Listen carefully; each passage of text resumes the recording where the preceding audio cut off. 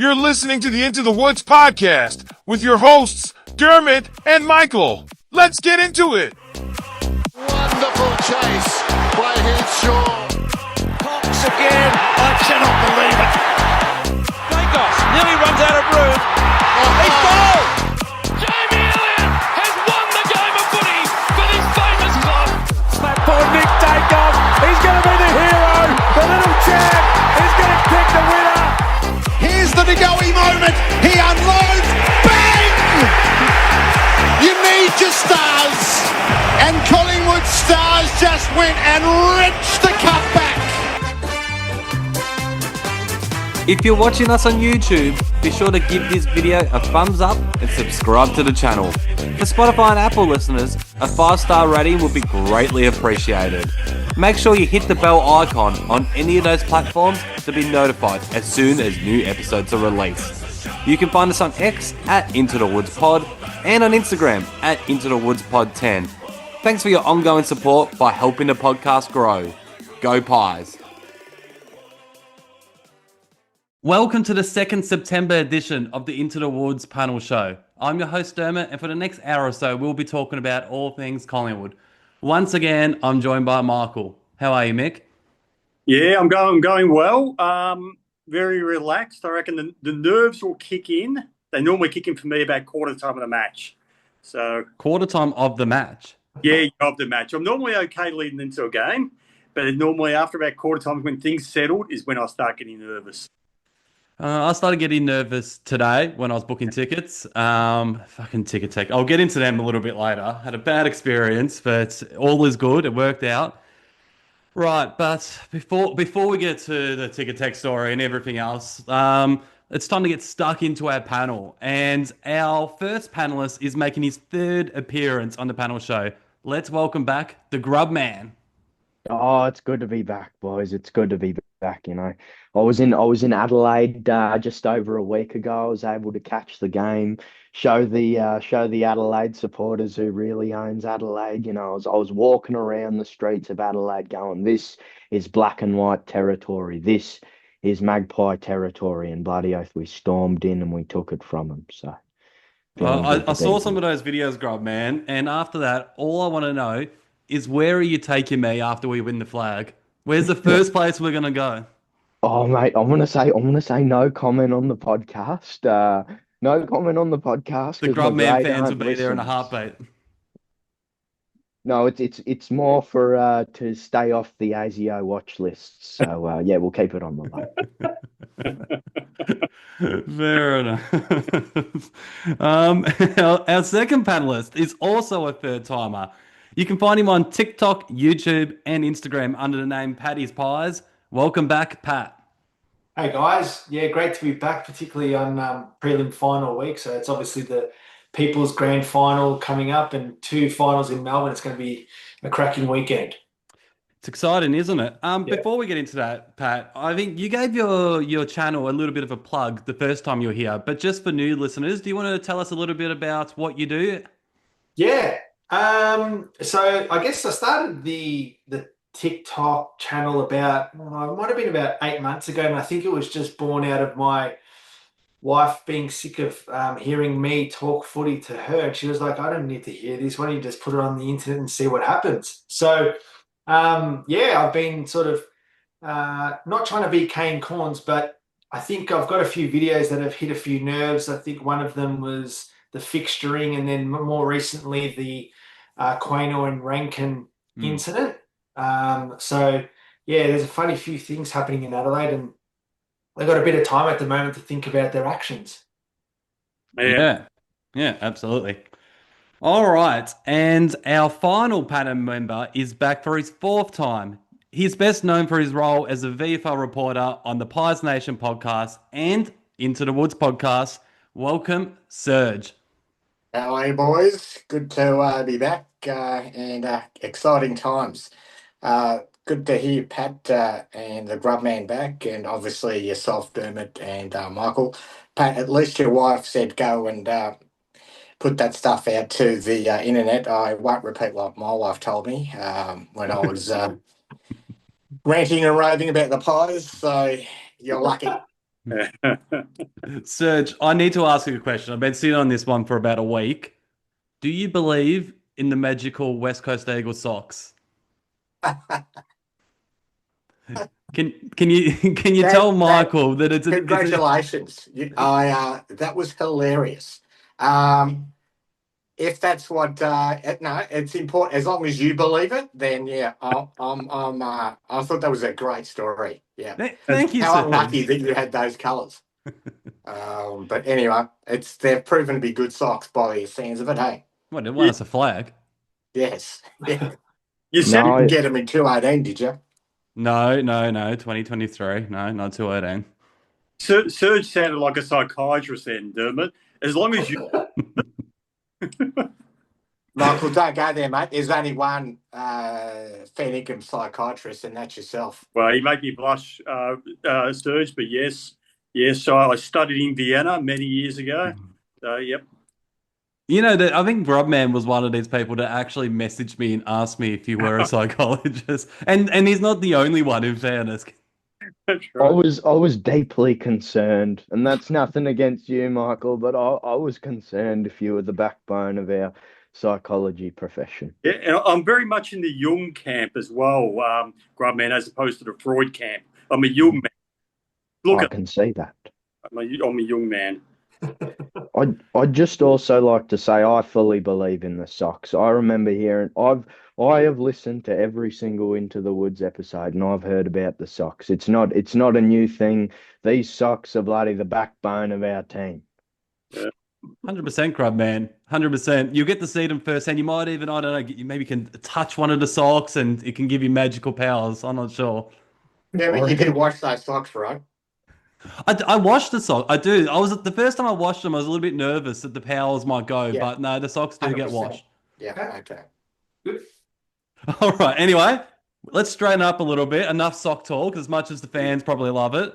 And it is prelim final week. It's the second biggest week of the year. Hopefully, the second biggest week of the year for us. And I want to look back on past prelim moments and sort of celebrate the great ties we've had as Collingwood supporters. And like our first panel show a couple of weeks ago in September, I asked the panel members their favourite finals moment from week one. I've done the same thing. I've sent you all a message. You've had time to prepare. And Michael, you will be the last one asked this time because you've only got one answer, and I'm hoping Serge takes it. But we will start with the Grubman. Being the youngest, he probably doesn't have as many to pick from, so I'll let you go first. What is your favourite preliminary final moment? Look, I had to choose 2023. I was debating on 2018, but I was like, I prefer 2023. I was sitting there and I remember beginning the fourth quarter and I was kind of nibbling on my shirt a little bit, like out of nervousness. I'm telling you, by that last 30 seconds, I had half my bloody shirt in my jaw. Like this thing, that game did things to me, but the feeling. And I watched it on the TV, but we put duct tape over the timer, so like it felt like we were at the game, and it was just next level. It was just I've I don't think I've ever had a footy moment like that. There was just insanity, and there was so many ups and downs. Like I remember when Coxie he tapped the ball into some Giants player, like right into his hands in the goal square, and he just straight away went for the goal, scored the goal, and I was like, this is the game. Like I'm never forgiving Coxie, but came back, won by a point, and in that game, you could pick almost any player and say that they won us the game. Like even Ginnivan just scoring 1 point, like we wouldn't have won the flag without that. I mean, it was a great game. And McStay really stood up, 2 goals from him, one of Jeremy Howe's best games. It was just one of DeGoey's best games. It was just an yeah, DeGoey. The famous scenes of him streaming on the field as that siren went. After being off for 8 minutes. Yep. Crazy. Yep. He would have ended up with over 40 possessions had he played those 8 minutes. He got 30 at the end, and 16 clearances was it? Or 17? I'm not sure if it's quite that many, but it was a lot. Sorry, I'm thinking probably 13 actually. I'll scale it back. Felt like 16. We've talked about this prelim plenty of times on the podcast, and even I think a couple of times in the in the panel show podcast too, and I was at that game that night, and when that siren went, the stands were shaking. It was the most incredible moment I've ever experienced at the football. Oh God, it's giving me goosebumps now talking about it, and potentially what could happen this Saturday. I can't believe we're back there. It's bloody exciting. You've got me pumped, Grub man. I'm ready for this. So good. Oh, Rightio, yeah. Paddy. I'll go with you next. Geez, there's so many to choose from. But I guess for me, the first one that I actually thought would go on to win was the 2010 prelim against Geelong. So we had that scintillating first quarter, and I remember when I got back home and you obviously watch the replay, and I just remember hearing Bruce McAvaney's voice when I think it was Ben Johnson's kicked our seventh, and he goes, "They've kicked 7." And we just demoralised them in that first quarter. Pendlebury, that famous kick on his right foot with no one in front of him heading into 50 after that manic pressure. That whole game was kind of, I just remember seeing the highlights and the goals after the game. It was just all from pressure, just turnovers. I remember seeing some Geelong players getting the tap and basically just from our kind of tsunami, it was already in our forward line, but they won the tap. And so, yeah, I just thought I had a good feeling we'd go okay that year. Just took us an extra game in the finals. Yeah, incredible night. I covered that game in the last couple of weeks for a blast from the past, and something that I completely forgot about was we were actually 81 points up in the game. We only won by about 40. We took the foot off the pedal, but we just killed them. After what happened in 07 and 09, it was beautiful, wasn't it? So good. I will never forget that Lee Brown goal. We had it one at that point. The football gods were on our side. Yeah, and then you sort of fast forward to the bounce that we got in our favour with Milne, and you're like, you know what? We're going to get this somehow. Maybe not today, but I think it was just they were on our side that year, which was that draw in grand final. Just quickly, I hear all these stories of fans and people the coaches that day, and even the players talking about if that game went another couple of minutes, we would have lost. Yeah. But something that's not talked about is we actually kicked the last goal in that game. I know. Cleaky. Yeah. Yeah. And like it's all well and good to say that because we scraped in after sort of being ahead. But I don't know, that whole I feel like I remember speaking to my mate going, I thought we won. I jumped up like we won. And I think Mick Malthouse did the same. I think he said Mark Neal weirdly. told a story about this recently, yeah. So weird and that you think you win the game, it's a draw. But that was an AFL dream to have to come back the next week and have another $270 for Category 1 seats times 2 again. But geez, we were so close to getting it done that first week.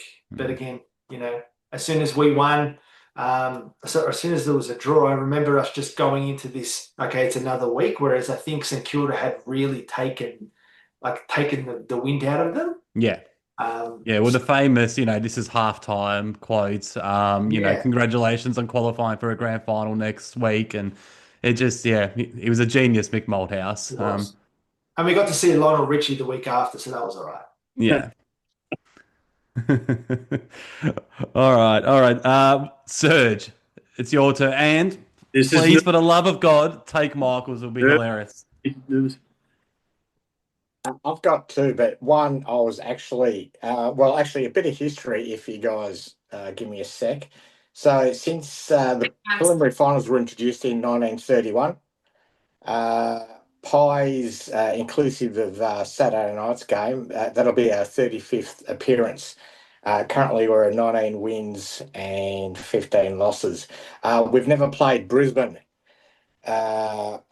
in any of those, but we did play Fitzroy in the 1960 preliminary final, and that was a pretty close game. That was won by 5 points. Anyway, the Pies final I actually went to, and after the 1981 elimination final against Fitzroy. So I had, as you will remember, I think we only beat Fitzroy by a point. And I was on, Michael, you love this. I was on my way down from we were on the top tier, thinking we'd lost the game. And when I got to the bottom, we hit the front. Dacos kicked that goal. And this time we travelled out to VFL Park to watch the Pies play Geelong. We just kept losing players at training and on the ground. So we had a depleted, some of the names that were missing from our squad. We had Peter Moore absent. He'd done a hamstring. John Anir, Dennis Banks, Kevin Morris, Lee Carlson, Stan Magro, Ronnie Newmouth, Kevin Worthington, and Russell Olsen, to name a few. Some of the highlights of that day, and by the way, the Pies at VFL Park, there was 69,536, and I couldn't find my car that day or that night. The scores were Geelong 11-9-75, Collingwood 12-10-82, Pies by 7 points. Again, key moments for me. This is one of my favourite games because two of my favourite players outside of Dane Swan, Pendles and Sidey played that game. Renee Kink and Peter Dacos, obviously. Mark Williams as well. Yep. Kinky kicked 3 goals. It was Noel Lovell's first game. Imagine that, having your first game in a preliminary final. What I remember was Kink bursting out of the middle in the I think it was the second quarter, and then tapping it to Mark Williams, who kicked a goal. That was our 4th goal on the board. Moments later, a momentum changer. Renee Kink smashed Bruns. And Ricky Barham kicked the goal, and they didn't allow. Yeah. So Bruns came off the ground. He would have got. He wouldn't have played Renee Kink wouldn't have played in the grand final. He would have got about 6 months. I don't think, and if they had the concussion rule, I don't think Bruns would have come back. Some of the other highlights was Kinky just kicking goals with his left foot from the pocket late in the last quarter. The Peter Dacos goals, they were all fantastic. One of the best roving goals I've ever seen, where he was in the goal square and they tapped it to him. He roved it brilliantly and kicked it on his left foot. And obviously the most famous one was the one where he took a mark, played on, and Nankervis tackled him, but he broke the tackle and kicked the goal. That wasn't the winning goal. It put us in front. Craig Davis kicked the sealer. And just to mention a couple others, well, just one more. Mark Williams had 26 disposals. Ricky Barham, 23. Peter Dacos kicked 4 goals. Renee King, 3. Craig Stewart, 2. Craig Davis kicked the sealer, as I said. Ian Cooper, you remember Cooper? Ian Cooper, Strop. He did the job on Mossop. Yeah. Yep. He had 9 marks, and most of them were in the last quarter, so he was very solid. There was 10 lead changes, and the scores were level about 4 times. So it was after the previous weeks, and lucky I was a young man then because I don't think I could have taken it. But anyway, that's my favourite one. Well, it's a couple of things. Those goals you talked about, Kinks or Dacos's was his favourite goal of all time, the Nankervis goal. Yeah. But 2 of Renee King's goals would be the best goals you've ever seen in your life. Yeah, left footers, hey? That was fantastic. The boundary. Yeah. He's so talented. And of course, the big one from that game was the Gary Sidebottom missing the bus story. Yeah. I don't know if the younger guys know this, but Gary Sidebottom was a very good player, played for a few clubs, played for St Kilda, Fitzroy, spent a year at Geelong, and he lived in Lara, which is just outside Geelong, and he usually gets picked up at a particular corner by the team bus. For whatever reason, depends on who you listen to, he missed the bus, okay? So he missed the preliminary final because he missed the bus. Had to bring late replay, and they still call the corner where he was meant to be picked up at Sidey's corner. It was Gary Sidebottom. It's called Sidey's corner. Yep. There was Couldn't happen to a nicer person. that was just a great story that he missed the prelim because he missed the bus. Yeah, there you go. But yeah, Cooper was brought in because Mossop had destroyed us in the semi-final a week or 2 earlier. So yeah, Cooper, which is really interesting, Michael, because Strop wasn't a big man. No, he wasn't, was he? He wasn't. No. Big, but yeah, I was at the game too, and Yeah, that was a fantastic game, and I also almost went for that one. You know the one I went for? All right, go on, tell us. It's just the game the year before, the 1980 prelim. Yeah. It was even closer.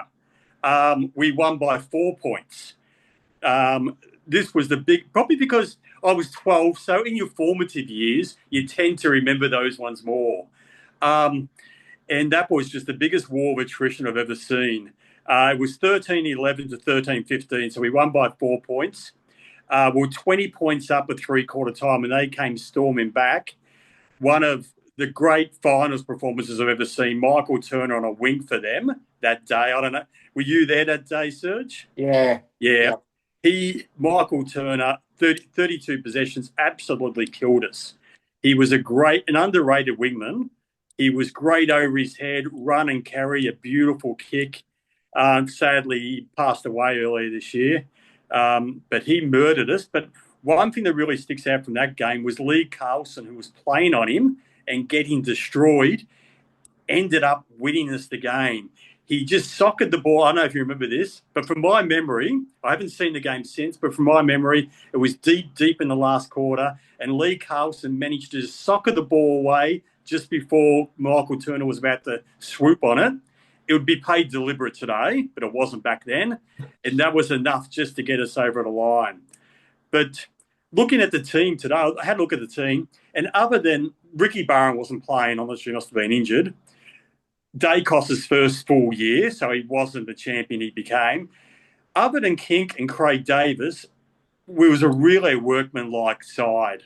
They were the only class players in there. Was Dennis Banks in? What's that? Dennis Banks. Did he make it in that side? I don't think he played that day. I stand to be corrected. I don't think he was in that day, but even if it was, he would have been a very young player. Yeah. But these were the only two who were kind of at the height of their powers. And it kind of speaks a lot to Hafey's abilities. But of course, Richmond were just sitting back, watching us beat the hell out of each other. And they, as we all know, won by 81 points the next week because we had played our grand final that day. But, that's my one. What did we kick? Ray Shaw, Craig Davis, and Ronnie Weirmouth kicked 3 each that day. Oh, it's very, very good. Well, I wasn't going to have a go, but I was just gonna go into the agenda. But there's been a couple of big ones that have been left out. 2002 preliminary final against the Crows. I guess that was my first real memory. I was at the game with Mick I would have been 7 or 8, and it was really the first game I properly remember being at, and there were so many great moments. You talk of the Loney run that set up that rocker bomb. Steinford kicking a big goal. I think Nick Davis and Heath Scotland kicked a couple of crucial ones. Alan Didak sealer. These are just the moments that will just stick with me forever. And the other one was, of course, the one that Grubman nearly said. It was the 2018 prelim, which outside of the premierships, that is my all-time favourite game. My best mate goes for Richmond. He's getting a little bit arrogant after 2017, so it was just one of the most beautiful nights as a Collingwood supporter. You got Big Meso doing his thing. Jordan De Goey, one of the most underrated prelims you'll ever see. Chris played a big game. It was just, I think, was it? Yeah, it was that game. The Sidebottom had 41. I didn't remember that until we were talking about this game only a few weeks ago, Michael and I. 41 disposals of Sidebottom. So you won the Gary Ayres medal that year. He did, despite having a very quiet grand final. Yeah, crazy. So yeah, that's it. Sorry. I was looking up like the list of prelims we've been in on the Collingwood website, and there was like a little thing describing each game, and there was just 3 words on the 2018 prelim, and it was just Coxie goes bang. How exciting is it going to be to see him MCG preliminary final night yet again? Like, he's had some big moments, not just them. Like that Giants prelim that you spoke about, Grubman. He kicked the last goal for us in that game, so he's just had some big moments. He's a big game player. Like he loves the big stage. There's just been so many good finals that he's played. So I think it's going to be a good yeah, good night for him at the G on Saturday. I think And then I had that one as my backup. on the 18, right? yeah. It had to get a The mention. 2002, sorry. 2002, yeah. Josh Frazier kicked 3 goals. And Betheris and Nick Davis kicked 2. That was pretty good. Yeah, Betheris, how did I forget him? Another one, this is one that we lost, but I'll bring it up. 2022 in Sydney. I remember I flew over for that game. I was there too. You were there. It was almost the worst day of my life. Just the aftermath of that. I was stupid enough to think, you know what? I'm not going to need a hotel room or anything. Because I got there that day with just a bag on my back, and I'm gonna party all night when we win and go straight to the airport. I remember after that just moping around the streets of Sydney trying to find a spare hotel room. Found one. It would have been about close to midnight, probably past midnight, near the airport. Because I got the taxi driver to drive me to the airport. I was just going to sleep there, but I didn't realize that the door shut at a certain time at the Sydney airport, so I couldn't get in. Just an awful fucking night. We lost. Not that we lost in the first quarter, but we were badly hurt in that first quarter. We just didn't show up. They were well ahead of quarter time, weren't they? Yeah, they were about 6 goals up at one point. We never looked like winning until that last quarter comeback. Yeah. But sorry, go on, Grubman. Just the 2021, the change from 2021 to 2022, that was just enough for me. The fact that we went from almost wooden spoon to like making a prelim was just like the impact of a coach. Yeah. Craig McRae, Nick Dacos era. Massive. But overall, as Collingwood was, aren't we so? Like, I worked out this is going to be the 12th prelim final I've seen, and I'm only 31. It's just incredible. Wasn't there like this not weird, but it's this amazing stat that out of the last 50 prelims, the final 4 that are playing on the weekend have been involved in 44 of them. Yeah, that's correct. Yeah. Wow. So obviously there was only a few, like Collingwood in 2010. They didn't have, I think we played whoever we played, but like, yeah, it was just weird. Brisbane, Collingwood, Hawthorn, we've had such... Well, 2010, 2011. Yeah. What was it? 2018, and then 2022, 2023, and now 25. And 2002 and 2003. Yeah. Yeah, and 2007. So, like, we should have won that game too. But... to steal Dermot's stat that he told me the other day, since 9 years of Dermot, we've played in the most grand finals 1 and 2 with Collingwood and Hawthorn. But of course, Collingwood and Hawthorn have never played in the grand final. Yeah, number 1 and 2 on grand finals played since 1970 or something like that. Yeah, but never in the history. But that's just an average. Right. And it could, not to get too far ahead, but it could be the case in a week. Well, I guess the positive around the ballot system is we don't have to fight for a grand final ticket if we're registered for a grand final if it's a Collingwood Hawthorn final, because Ticketek would just blow up. Yeah.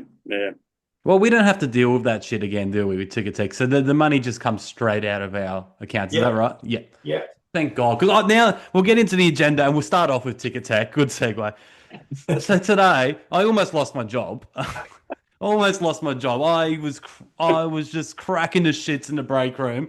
So I get on and I'm only waiting about... so originally I clicked that little link. I was doing it on my phone. Clicked that little link. I got a text from Collingwood. It took me to the web page. And this is just beforehand. And I'm thinking, for some reason, I just felt more comfortable doing it on the app. So I closed that and I went on the app instead. And within 5 minutes of it opening at 10 a.m., I was on. It was, and I was there. I was selecting my ticket. All is good. Go to the next stage. I'm paying, and then it's processing. Please wait. And it's taken a long time. And at this point, it has a little timer at the top. I think is it 6 minutes or 7 minutes or something. It was down to about 3 minutes at this point, so I still had plenty of time. Anyway, the please wait thing is still going for about I would have said about a minute and a half at this point. I'm starting to get a little bit nervous. All of a sudden, the app crashes, comes up, timed out. I'm like, oh, fuck, I don't know what's happening. I'm like, well, did it process? And I'm looking through my CommBank app. Have they taken any money? No, they haven't taken any money. I'm starting to panic. And then so I force close the app and I jump back in and I'm about what 20,000 kill, whatever it was, and I'm just absolutely shattered. I'm thinking, I'm starting to worry if my barcode would even work. I'm thinking maybe, there's a certain thing that maybe it's processed the barcode because I already typed it in. And then it kind of clicked with me. I'm like, oh, I'll double check the web page that I closed. I'm thinking at this point, I'm probably timed out of that. Click on that, and I'm 93rd in queue. And then about 10 seconds later, I'm in. That's awesome. Go through the same thing. And then as it was processing that time, and I was still shitting myself. I mean, it's going to happen again, but it didn't. And man, they're lucky because if I didn't open that web page beforehand, I don't know where I would be sitting. It would be a fucking disaster. Ticketek, get your shit together. You're just lucky. You're just lucky that it turned out to be all right. But I think I ended up getting. It's directly 2 rows behind you, Pat? So are you N34? Oh man, I can't remember. I think that is right. Yeah. So yeah, I'm N32. So you're 2 sections to my right. Oh, okay. Yeah. Is that down the bottom? No, Second level. Yeah, level 2. Second level. No, sorry, you're actually 2 rows to my left. You're closer to behind the goals. I'm more in the pocket. Okay. 34. I normally sit in 36. Ah. It's a good spot. But Oh, yeah. Ticketek was. So it worked out all right for me in the end. It's good save. But did you get in, Grubman?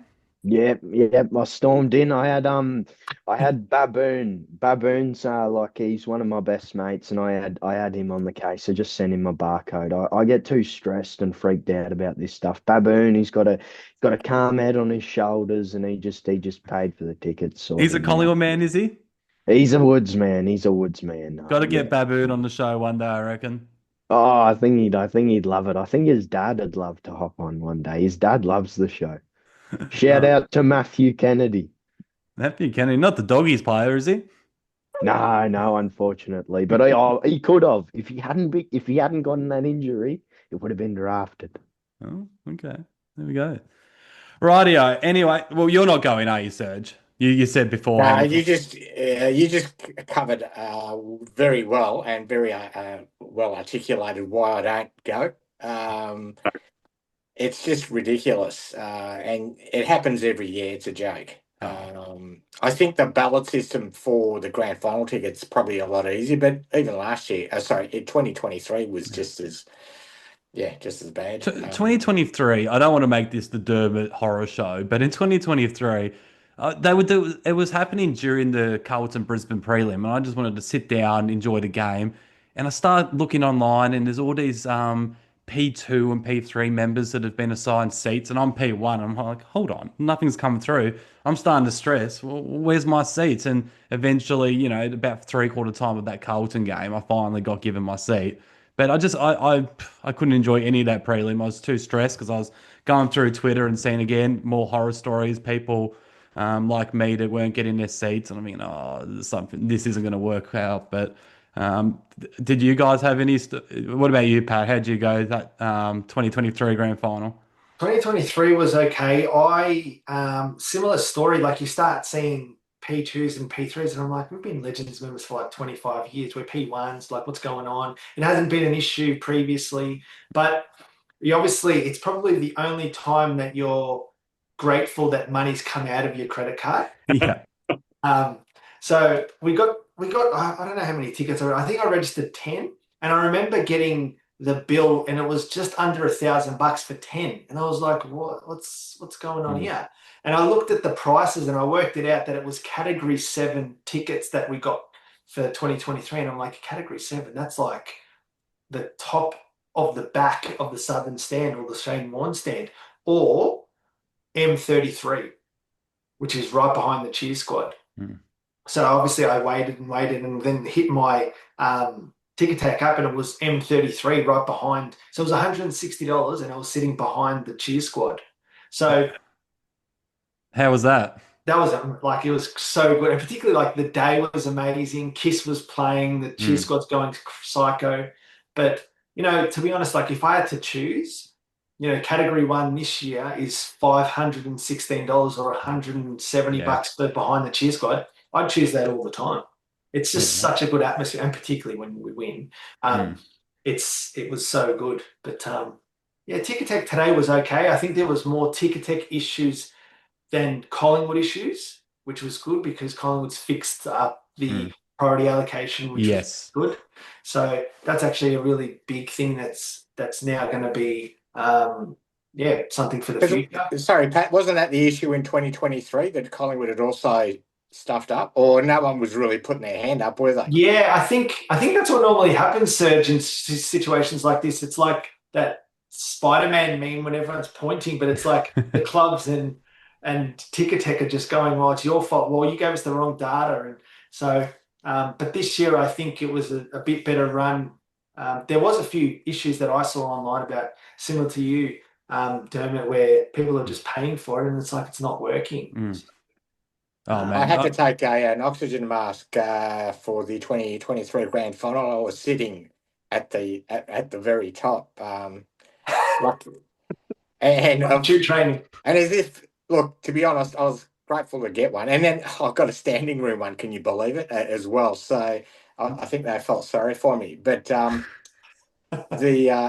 what pissed me off was that I was with, our row was all Collingwood, and then the 10 rows in front of us were all Brisbane Lions. Yeah, okay. Oh, pity for them at the end. Yeah. Well, I was congratulating them. I was walking out, but that took ages. Yeah. So many of them. All right, yeah. Well, anyway, Ticketek, you're lucky I still got a job because far out that break room there was just mayhem everywhere. People running out trying to get away from me. Far out. What amazes me though is they know what they're up for. I don't understand how they cannot sort this out. Like, it's ridiculous. No Well, idea. it's funny. It's funny, Serge, because this is the first year I've noticed that they've actually separated the two prelims. Yeah. Which is like, wow, what an amazing idea. But like they've been doing that the last however many. It's not that hard, Pat.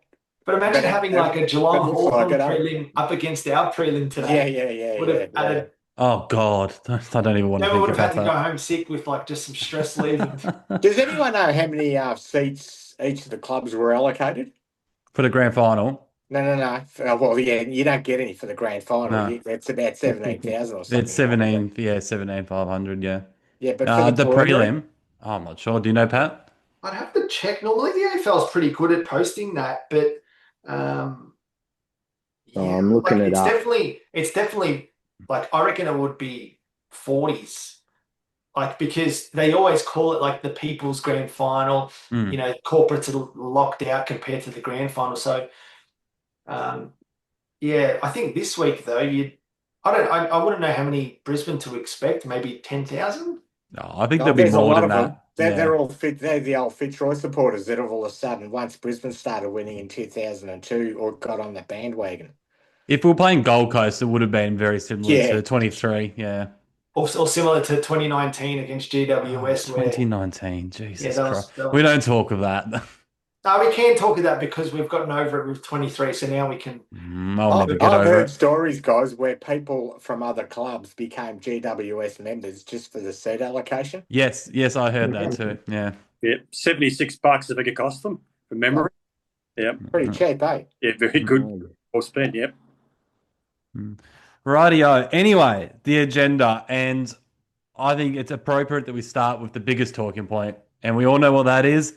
It's Bobby fucking Hill. What is going on with Bobby? And I want to start with Pat because we've got a group chat and he's the most vocal about Bobby. My goodness. Tell me your thoughts. What is going on? Is he going to play? Is he not going to play? Do you want him to play? If you do you want him to sub or in the 22? Tell us everything. So I want him to play and I definitely want him to start. I think he's someone that would be just, he'd create that level of chaos. And I feel like he's got, I don't know if it's like what Geordie said earlier in the week, he feels like he needs to pay back the club for what, they've shown in him. I'd like to think that that's what Bobby's wanting to do. But I feel like Bobby doesn't need a lot of the ball. And I've said this a lot to a few others where Bobby can come on and have 7 possessions and kick 3 or 4 goals and take mark of the day. But the last few days, the theme of Bobby playing has, for me, been around Howie playing.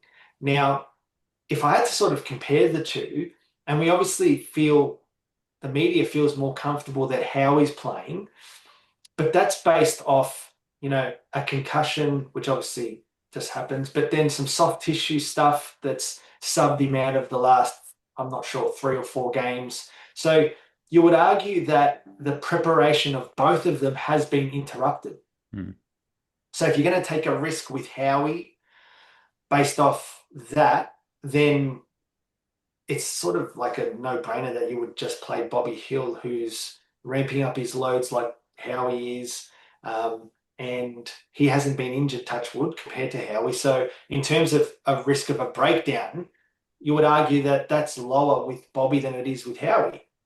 And I just think that, I just think that manic pressure, will just imagine him against Adelaide, probably would have won by more. So I just think, it'd be great for him to play, and only obviously Fly and Jared Wade know what's going to happen. I think the journos are just hypothesizing. So, well, that was my next question. Like, I 100% agree with you. I want him there, but the news more so today, it sounds like he's not going to, if we are to believe the journos. I'll throw to you, Mick. I know that you're a bit of a journo hater. Are you reading a lot into that, or? I'm hearing it a lot from a lot of different sources, a lot of different journalists. So that builds its credibility, I suppose. I suppose. So I'm not as hopeful that he's going to play. I'd like him to play, but I'm not in the best position to judge, of course, because as Pat just said, we're not at the club. But as I said in the pod the other day, Weddle from Hawthorn, he had a pretty... Weddell, I can never get his name right. He had a very similar build-up to his return. He had the one VFL game before his first final, and now he's played a second final, and he's been very good for him in both. Yet he hadn't played since about round 15 or 16. And he had the injury, of course, where Bobby hasn't been injured. Yeah. Advantage he's got that's touched on. So I'd like to. My gut feel is we should play him. That's my gut feel, but I can't say with a lot of confidence because I'm not in a position to be confident. Well, it's do or die. Like, I don't know why we'd be waiting. I'll kind of like someone to be on the opposite side, just so we can have a bit of a debate. What do you think, Grubman? Are you gonna disagree with Pat and Mick? I wish I could debate you, Dermot, but I just love Bobby too much.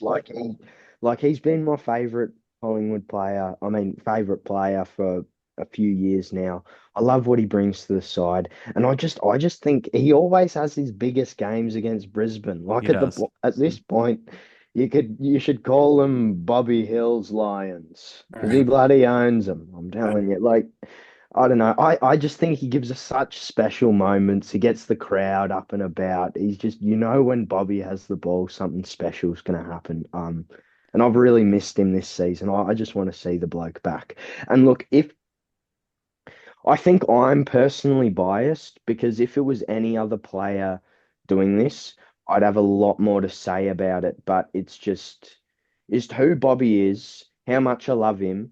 And he won me $5,000 in the last grand final. So he's also kind of bought my silence. You put money on him for the Norm, did you? 50 on him for the Norm. $5,000. Oh, love that. Love that. That's 5,000 good reasons. Precisely. Imagine that, winning the premiership and winning $5,000 in the same day. Was that the greatest of your life, Grubman?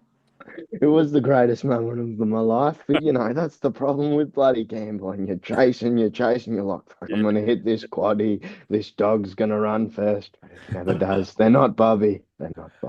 Grub, man. I'm in the same boat. I think I was talking to you guys in the group chat. I was talking to Paige about how I put money on Nick for the Brownlow and Collingwood Premiership at the start of the year, multi.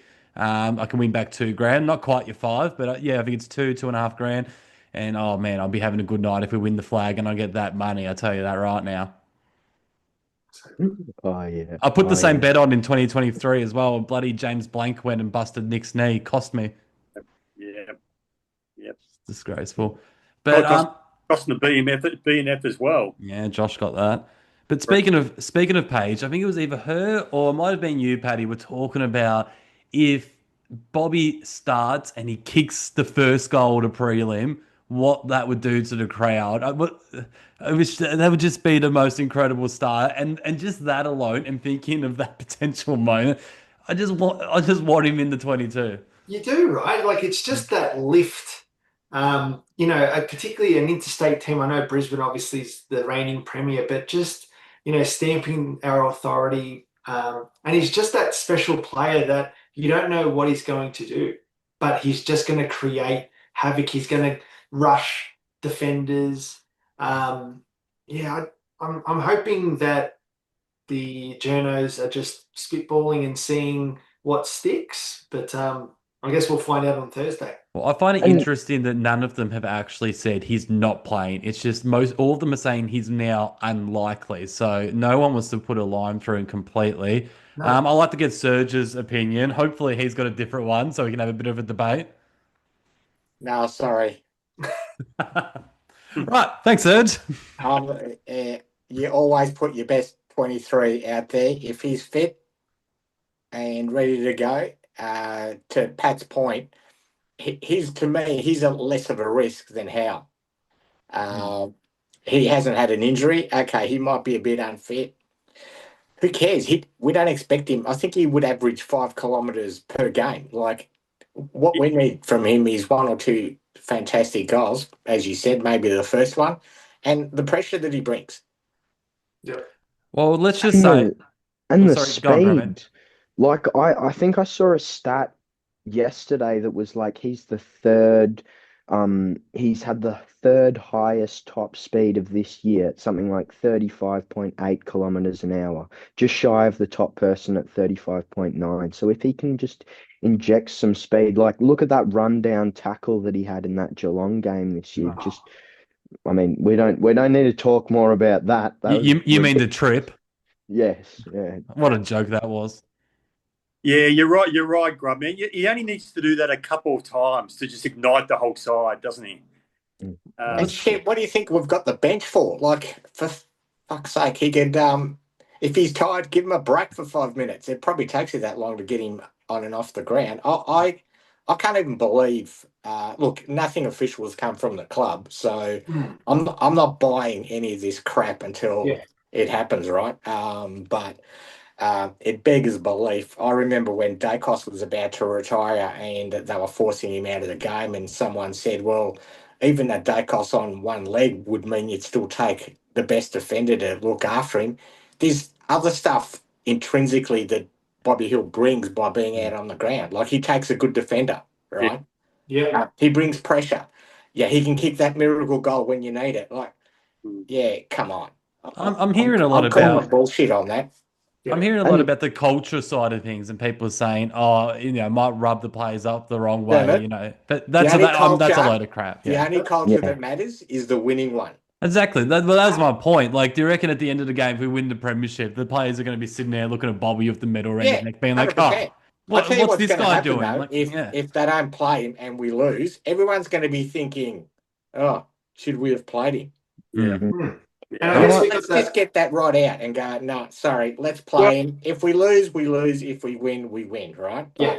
And look, I could be completely off the mark here. I'm not in the four walls, but I reckon the players have a very different perspective on what's going on with Bobby than we do as fans. Like, I'd be surprised if they on some level don't like intimately know what's kind of going on. They understand. I reckon the majority of them are just being in Bobby's corner. And I think for the players particularly, like, it's a lot more than just the game. Like, I think they'd just, be concerned about Bobby as a person rather than a player. But also on another thing, just having Bobby on the field, I reckon he could give those Brisbane players a little bit of PTSD, a bit of flashbacks to the granny, and they just become catatonic. They can't run anymore. McCluggage starts seizing up in the middle of the ground. I'm manifesting this shit. And Grubman's right, see, that's what I said. He's only just got to walk on the ground and they're already 100%. start panicking. And John Ralph actually said an article, during I think it was Sunday night, and he said something like he's going to need the trust he could do everything right, but it'll come down to Darcy Moore in the leadership group. And then Josh Dacos was interviewed the next day and asked that question. He goes, I can categorically say it's got nothing to do with trust. It's got to do with getting miles in his legs. So, like, you can just see what sticks. And obviously, John Ruff's not the best journo out there. But, hopefully it comes up. It's got, 2 more days, we'll find out. Well, the other thing you have to look at too is who's the alternative. So if Bobby doesn't play, who is playing? And that person, as much as he's a nice, neat footballer, but he's only played a couple of games, he's not Rowan Steele. Rowan Steele is not going to have a big impact on this game, I wouldn't have thought. So that's the alternative to Bobby. Bobby doesn't. Okay, can I just Rowan Steele interrupt? There is no alternative. Yeah. Right. So let's just put that out there. I know what you're saying. There is someone you've got to put in there, but it's not an alternative, right? It's another player that is nothing like Bobby Hill. Well, that's saying, yeah, exactly. Well, sorry, if we had another Bo McCreary, that would be somewhat. He would be able to apply the pressure. He wouldn't kick you the miracle goals or take the speckies, but or another Schultz maybe. But yeah, we haven't got. There is no alternative. There's other players, but there's no one that could actually do what Bobby Hill can do. Yeah. Well, let me put this to you guys. Let's just say, hypothetically, Bobby Hill comes in for Steele and Howie, who we'll get into in a second, he comes in for Will Parker. Who is the sub? Are we all on the same page that Bobby's in the 22? Or basically, on the last pod, I put it down to Bobby Hill v. Pat Lipinski, and I already know Serge's answer. So we'll get to him. No, you don't. But okay, go on. Yeah, no, you kept going. Well, is it Bobby Hill or Pat Lipinski? There's are they the only? So one of those. It has to be one of those. I mean, it can be someone else. Whoever you want. So Will Parker and Rowan Steele, they're coming out, right? Yeah. So in this hypothetical question, they're the ones that are out for Bobby and Howe. Let me think. Why Serge is thinking? Anyone else want to jump in? Well, I think for me, I'm just looking at the last game we played. I was looking at this last week thinking, all right, well, you're not going to take out Darcy Moore, Quainer, Dan Houston, Frampton, Nick, Josh. So you start going down McCreary, Schultz, and then even just, Geordie. So then it's like, well, Lipinski seems to be that guy that sort of comes in as like a bit of a link person, and he performed quite well as a sub previously. He came on as a sub in 23. I just think that he's obvious. And I think it's more about getting Bobby starting rather than, Lipinski being the sub, because I think just Bobby starting would just be scintillating. So are you? So that's Lipinski for you, or is it someone else? If you obviously you want Bobby in the 22. Well, there's even just looking at the team we played last, you're not going to put Ned Long as a sub. No. So, Ned Long, Coxey, Checkers, Dacos, McCreary, Moore, Membry, no, Crisp, Sidey, Frampton, Darcy Cameron, Perryman, Pendles, Houston, Schultz, Dacos, Elliott, Maynard, Quain, or DeGoey, Lipinski. He seems to be... you convinced me. It's got to be Lipinski. Yeah. I thought Serge was going to come up with an answer, being like, no, Lipinski. He's not even in the team. I thought I'd mention the whole team to sway Serge, because he'd be like, well, there's no one else you would take. Well, the other, and look, if you want something controversial, or not controversial, something out there that, look, and I don't really support this, but the only other person you might want to put in there would be, depending on the weather, is it supposed to be raining down there, or is it just cold? It's cold and a little bit rainy. I think I checked yesterday and it was meant to be a potentially 10 mils, but I think it's down to 4 now. So you could put you might think about Cox maybe, or even Checkers, depending on how, or Membry, depending on how much you want to open that forward line. So if I've got Bobby Hill in there, Elliott, I'm going small with Schultze and Bo McCreary and one big guy. and rotate them off. That'd be the only other way. Other than that, because depending on conditions, Lipinski would be. He could, like he did against Adelaide, fall into a couple of tackles and come out okay. So yeah, I don't know. That'd be the only other alternative, maybe. Yeah. What about you, Mick? Um, Because you did say the other day that you wanted Bobby a sub. Are you still standing by that? Yeah, to me, the perfect sub is somebody who can come in and expose the opposition's lack of leg speed as the game's gone on, and Bobby would be great at that. So, yeah. So I'm thinking, but just as we were discussing it, Parker, I know he's not going to be in the side, but I feel a bit disappointed that he's not in the side given the risk that Brisbane bring. When I think about Brisbane, I think about those mid-size forwards, midfielders who can push forward, like Bailey and Rayner. Not that he's big enough for Rayner. Cameron, even Archie. I know Archie's playing more in the back line this year, but he had a big final series last year as a forward. Lohman, all those guys. Could you put him on Zorko? Yeah, Zorka. Yeah, maybe. Yeah. You mean as a defensive forward?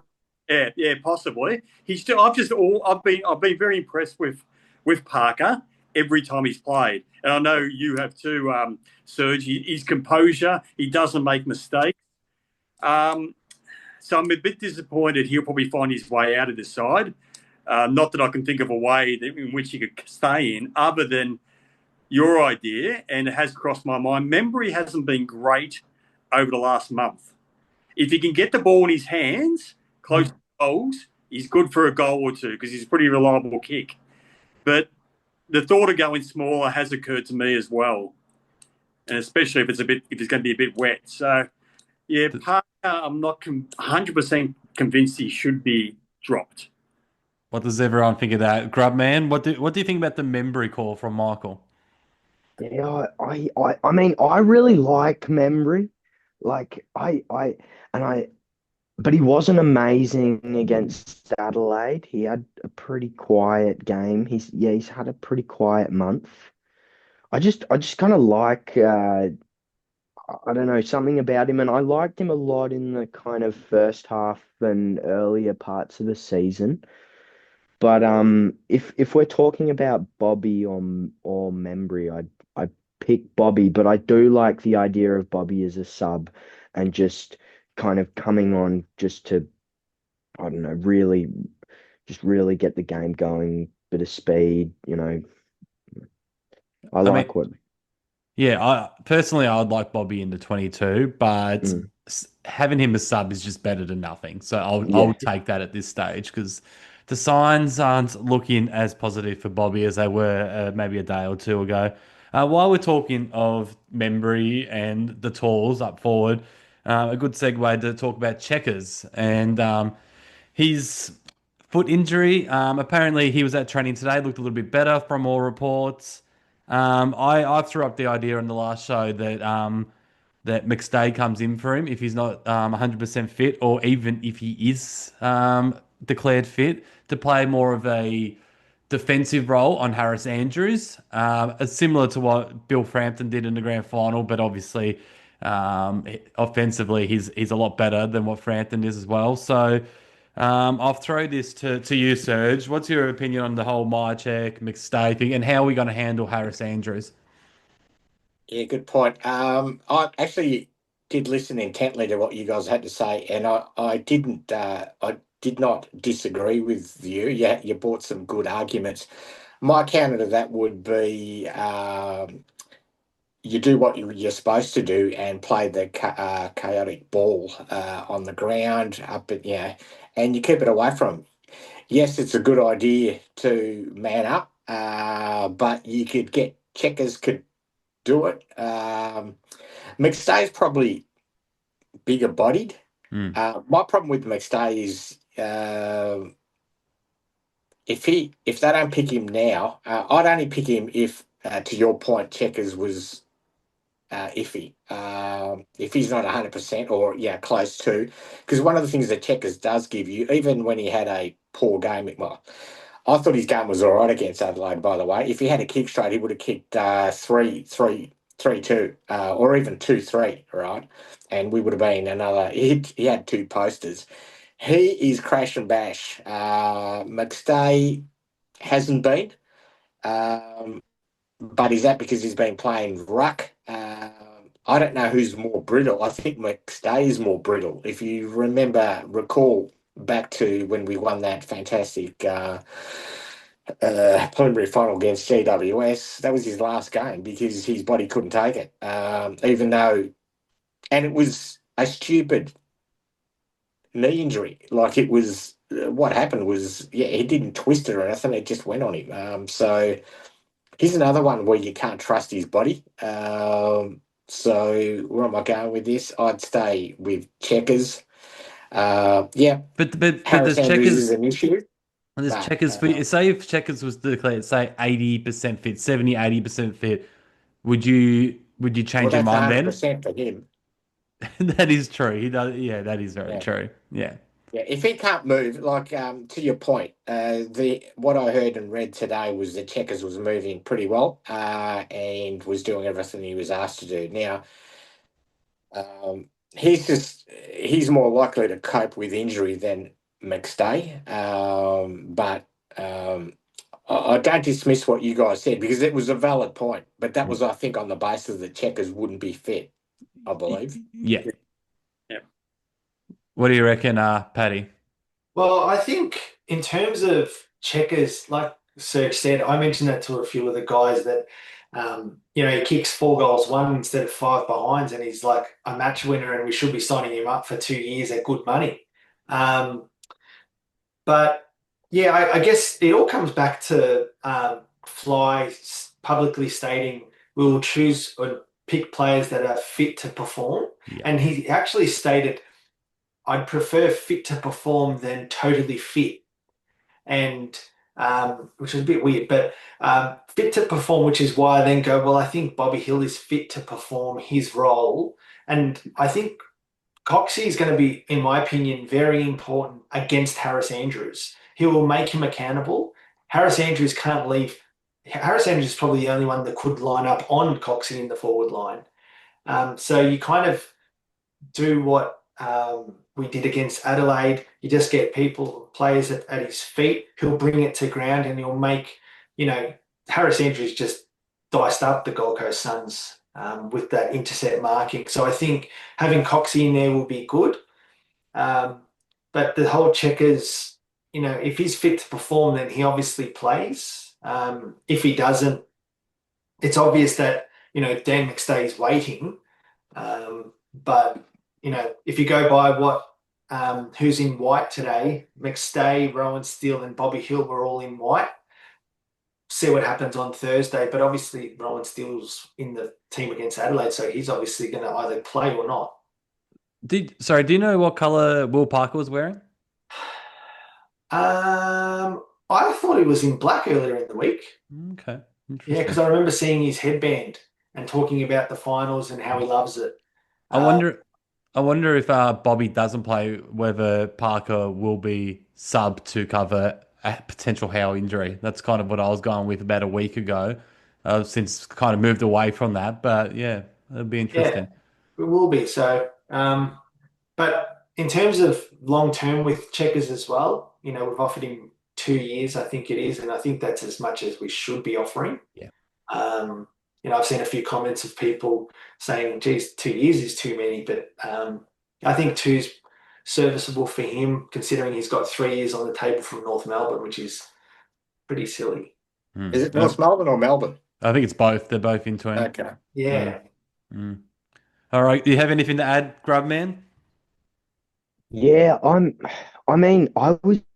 was even thinking about McStay and Checkers today, just watching the 2023 prelim replay, and McStay really did stand up, and obviously he hasn't had a flag, so that does make you think, is he is he hungrier?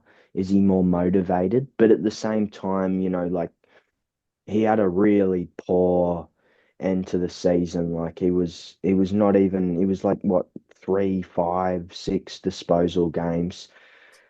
So it's hard.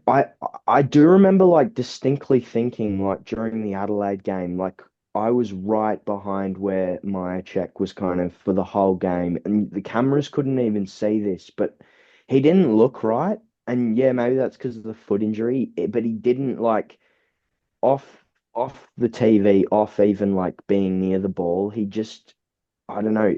Me and Baboon were saying it to each other. We were both like, he is a bit. I don't know. He didn't look right. But Was he uh, proppy? sorry, Was he proppy? um, as in like something to do with his foot. Yeah. I definitely didn't think what's going on is something to do with his foot. Like it wasn't apparent. Like he wasn't. I wasn't noticing him limping. It was just kind of his facial expression, the way he was holding himself. He didn't look all there. And then um, I don't even.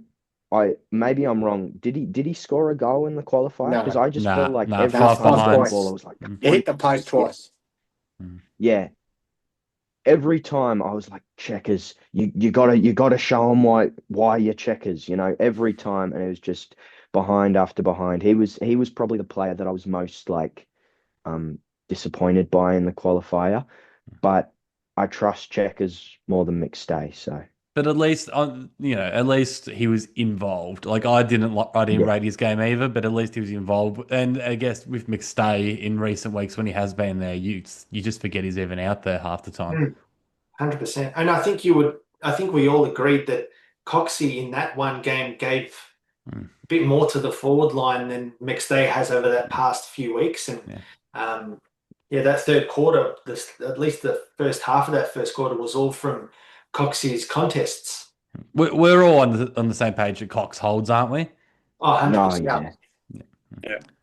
All right, Mick. I know we spoke about this in the regular pod a couple of days ago, but what do you think now after a couple of days and the news of my check training a little bit better today?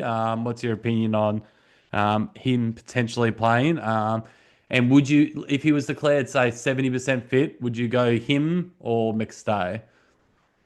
Okay. First thing, I'm 57 years old and have never heard the sentence "me and baboon" before. Anyway, um, as far as this goes, yeah, we did speak about it the other day. I think Harris Andrews is the most important player on the field. If he plays well, anywhere near his best, we don't win. That's my belief. I think he's that vital. So we have to get this matchup right.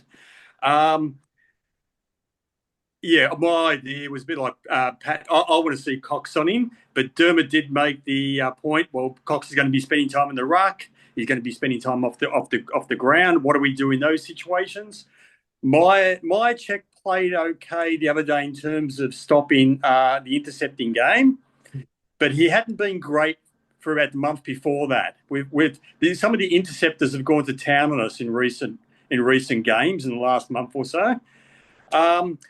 But yeah, I think to your question, would I play a 70% fit my check ahead of McStay? I would, because I was thinking the exact same thing as you said, Dermot.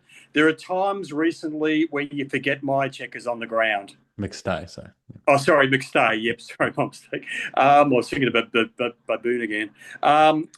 Yeah, sometimes you forget McStay is out there, whereas my check is always battering ram, isn't he? He's always Yeah. out, always competing. So yeah, But in saying that, Mick, going to your point that you've made a few times, you have nightmares about that 2011 grand final with Jolly and Reed. Would we just be shooting ourselves in the foot by selecting a guy that we know is not anywhere near 100% for a big final? Yeah, I did say that, but I also said the positions in which those two guys played in 2011 were probably positions that you can't get away with in terms of they're a little bit, if they're too injured. Being the ruck, and being full back. I think you can, like in Bobby's case, being not injured but out of condition, the role he plays, you can cover that to a certain degree. And a key forward, I think you can cover off being you can still compete in that. Whereas if you're a fullback and you're not up to it, you get exposed. If you're a ruckman and you're not up to it physically, you can get exposed. So that was the double whammy in that grand final. That's the way I see it anyway. Others could disagree. But yeah, I just because McStay's just been in awful form for a long time now. Yeah, I could be wrong though. All I'd say is you can't compare Reed with my check. No, in terms of being able to carry the injury. Yeah, one couldn't, the other one can. Yeah. That's a fair call. Both Reeds were like that. They were very injury prone and couldn't really carry it. Yep. All right, let's get into a little bit of Jeremy Howe talk. I can't believe I've gone this long without mentioning it. He's looking pretty good at training. We'll start with you, Pat. You're nodding your head. I'm assuming that you're happy to go with Jeremy. Yeah, I think so. I think, just seeing some footage today, he seems to be moving quite well, sprinting, and he's had a big block. And I think by us getting the job done in Adelaide, we've actually been able to get more into him leading into this game. So he's so important to us, and obviously our record with him in it is favourable. So, again, it's one of those things. If he's fit to perform, he has to play. Yeah, 100%. I'm with you. What do you reckon, Grubman? Yeah, I back that. I just think we're a better side with Howe in the side. Yeah, I think he brings so much to the back line, and yeah, I think, and especially when we were losing those games, and it was him that when he got knocked out in the first minute after coming back in that I can't even remember The Hawthorn game. Yeah. That was so full on, and I was just like, that's it. Like, that is the player we had been calling for. That is the player we needed. And how has this just happened? Like, yeah, I think we need him in our side. So yeah, I'm very happy to see him come back. Serge? I don't think we've got an option. It's like Hill. Who's your alternative? Now, if you don't pick him, then you have to have another super game by Moore, and Frampton and the rest of the guys. So there is a little bit of pressure on the others, but they could cover him. But again, I'll say what I said at the start. If he's fit and they've checked him out and he's declared fit, then you've got to roll the dice and play your best 23. There is the worry, of course. He's it's a lot worse as you get older. And particularly around the areas that he's getting injured, like the abductors and stuff like that, they just pop at any given time. So, but I don't think you've got an option. Yeah, Mick. I'd be shocked if he didn't play. I saw him interviewed on 360 tonight, and he sounds really confident. Oh, I missed that. What do you have to say? Oh, basically, he reckons he's right to go, and not saying he's going to be picked. He said, well, it's up to the club, but basically, he's feeling fine. And I take it from what I took away is that he'd play. I'd be shocked if he didn't play, and I'd put him on the young guy Morris, who kicked 6 against us last time. As I said in the pod the other day, he didn't play well in the first final, Morris, but he played decently last week. I can put Howe to him, just lock him away as their only really dangerous key forward at the moment. They've got that other guy Gallup, but he's an unknown quantity. And the rest in ruck, yeah. And the rest in ruck. So I reckon, Howe will play. I reckon he'll go to Morris and he'll just tie him up. Well, like I said in the last pod, the regular pod, that he obviously Jeremy Howe didn't play in that game against Brisbane, and Billy Frampton didn't either. Instead, we had Markov down there, and of course Charlie Dean. So I think straight away that is just a massive upgrade. Those two changes. What do the rest of the panel think? Who would you put on Logan Morris? He's really the main danger man down there in terms of tools. We'll start with you, Paddy. Yeah, I think to Michael's point, I think he's the perfect matchup for Morris. He's kind of like a laid back kind of player, but plays just so cleverly. He's a good athlete, and I think Quaynor is probably just slightly undersized for him. But Howe is perfect, and Howe is that sort of player that could use time his runs and stuff like that, and then just create like a rebound off that. And I think that's something that we didn't have, obviously, with Charlie Dean on him a few weeks back. So Howe is the obvious one for Logan Morris, and then I think we do have coverage for their other forwards. Yeah, so what I'm assuming, like you reckon Frampton would play on Gallup or maybe the rest in ruck? Yeah, I think Gallup, he kicked his first goal in his career last week. So, Yeah. But You still got to pay him respect. Like last time we came up against Henry Smith and he kicked 3 goals against us. Yeah. And the last time Gallup was in Melbourne, he got all his stuff stolen from the Pullman. So I did hear that. So that was pretty. That wasn't you and Baboon, was it, Grubman? Oh man, I'm gonna say no comment on that one. I honestly, I have little recollection. It could have been me. No, but Baboon works alone, from what I know. So, all right.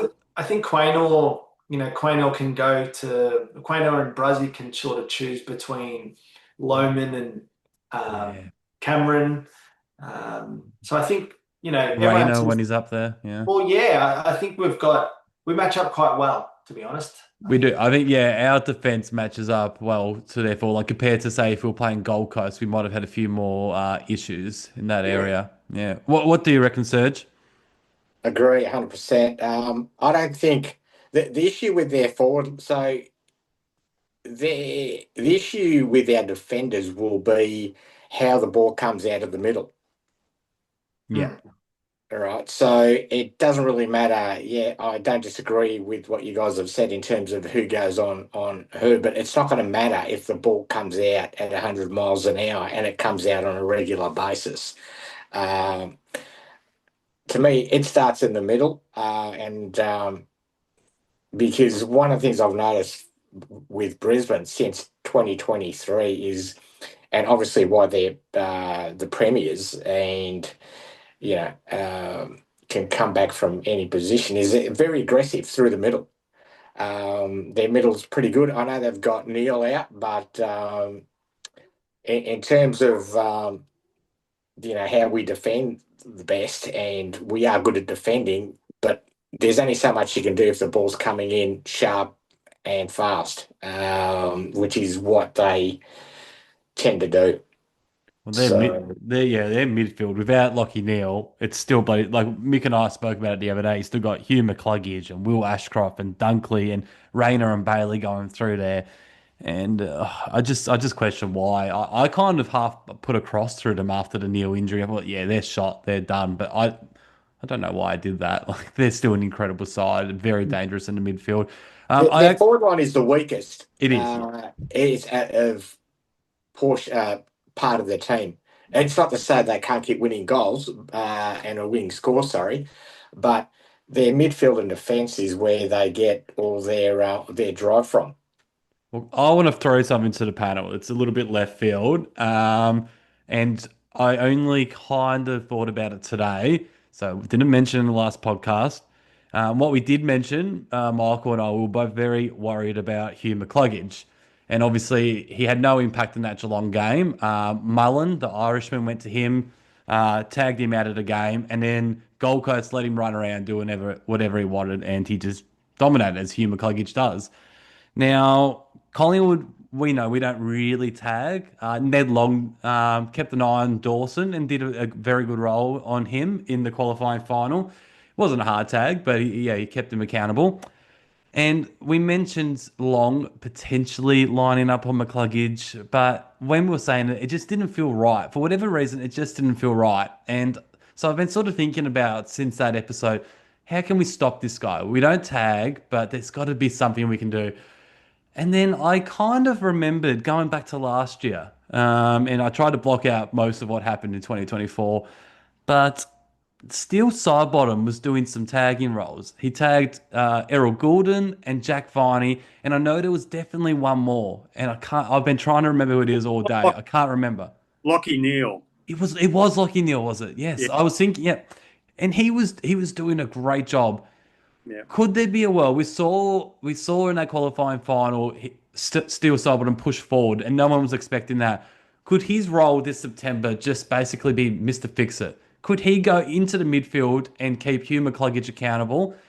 And if not side bottom, another guy that I was sort of thinking about was Harry Perryman. I think he did it very early in the year when he was still training and playing the first couple of games as a midfielder. I think it might have been that Port Adelaide game. He tagged, was it Butters or Rosie or someone like that? Did a good job. Yeah, just a couple of names to throw out there. We'll start with you, Serge. What's your opinion on that? I like it. If that's what we need to do. My view is whether it comes from tagging or combined, uh, our pressure game is where this is gonna make or break us. If we and that's us tackling in the middle, that's us tackling at stoppages. You don't necessarily have to put a hard tag on him. And again, I'm not. I think what you guys are saying is pretty good. But if he gets tackled,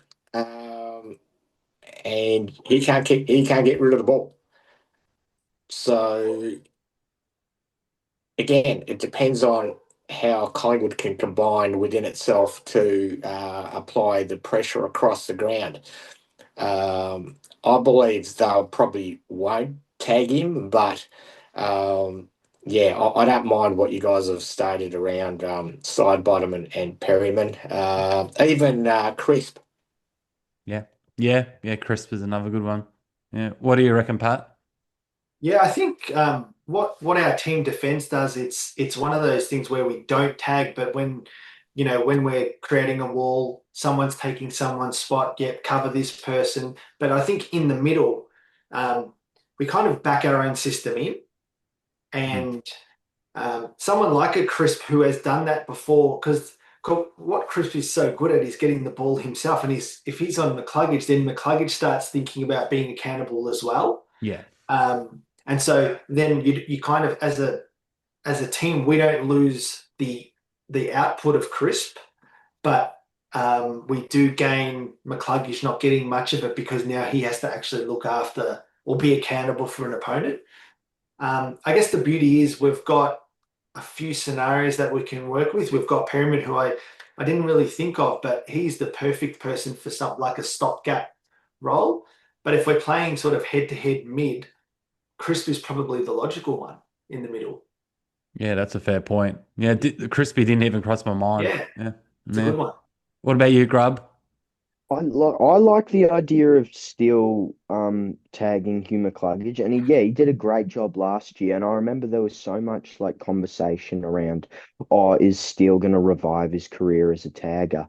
And like obviously he had such an amazing start to this season not tagging. But on the other hand, seeing Sidey push forward in Adelaide was bloody exciting, and it delivered results. It was fucking awesome to see him It was, yeah. going forward, and just just to speak on the crowd, like all the old timers seeing Sidey push forward and do what he did was just it was just electric. Everyone was just getting around it. But I can see him doing well as a tagger against McCluggage, but well, he's just been an exciting player this year all round. Right, Mick, I saw you jotting down something in your notes. Were you writing Dermot is a genius? Well, I do like that idea. It is a good idea. I see merit in a lot of the ideas. Crisp, that Pat brought up, Crisp always plays his best footy, I reckon, as an inside mid when he's at his And in finals. and in finals, yeah. Um, and I've always been a fan of side bottom in the forward line because he's so smart around goals, and it's something we don't utilise as much as we should. I've always liked him forward of the ball more. I reckon you'd probably go for initially a long on McCluggage, a bit like not a hard tag, but a bit like he played on Dawson. Maybe look at that first. Maybe Pendlebury, as Pendlebury's often played on I know he's a different type, but a Cripps from Carlton, he would man up on him at stoppages and then move off him after stoppages. Maybe play a bit that way on McCluggage. I've got a few. Yeah, there's a few options. I'd do one of those though. I wouldn't just go head to head with him. He's just too damaging. I reckon you'd put some time into him. You got to put at least a little bit into him, don't you? Something into McCluggage. So it's to me, it's Andrews, it's McCluggage, it's Zorko. Rayner. Who knows what you're going to get with Rayner? But maybe a Maynard on Rayner if he plays as a high half forward. He looked terrifying the other night. Did he attend many? I was watching the game. Now I'm thinking, how many centre bounces did he actually supposed to be in a high half forward, Rayner? I'll look that up for you now, Mick. Yeah, because if he's playing mostly as a high half forward, I'd put Maynard on him, just physically. And there was a game I remember. Sorry, I'll interrupt. He had 5. Yep, 5, right. I was just thinking with Rayner breaking all those tackles that he was the other day. I remember there was a game, don't ask me what game it was, but we just basically gang tackled as a side. We just gang tackled now, which is great, but the only danger in gang tackling is if it does get to the outside, you're short. You get exposed on the outside if you can't keep the ball in. But the way Rayner was brushing off tackles the other day, I think you'd have to almost gang tackle him or make sure Maynard's very close by. I think that would be a good matchup, Maynard. Yeah. That'd be all right. He obviously wouldn't go into the centre with him, but, if he played as a high half forward, you'd want Maynard near him. Well, I'll put this to you guys. So other than the players that we've already talked about, your McCluggage and Andrews and Logan Morris and those guys, Rayner, who are you most worried about in this Brisbane lineup? There's a lot of big names. We'll start with you, Serge. All right.